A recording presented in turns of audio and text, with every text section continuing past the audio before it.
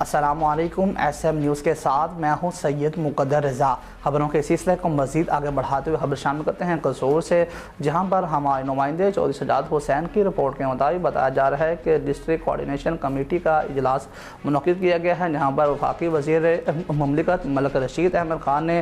شرکت کی ہے اور اجلاس میں اسپیکر پنجاب اسمبلی ملک محمد احمد خان، رکن قومی اسمبلی رانا محمد حیات خان، رانا محمد اقبال خان، سابق اسپیکر صوبائی وزیر تعلیم رانا سکندر حیات خان، ملک مظہر رشید خان، صدر ڈسٹرکٹ قصور، اراکین صوبائی اسمبلی حاجی نعیم صفدر انصاری، چودھری احسن رضا خان، چودھری الیاس گجر اور ڈپٹی کمشنر عمران علی اور D P O Muhammad Isa Khan, Pakistan Muslim League Noon کے رہنماؤں نے شرکت کی ہے۔ اجلاس میں S E LESCO, additional deputy commissioner, assistant commissioner, C E O education health اور deputy directors development college, local government, social welfare, labours exchange, highway, building,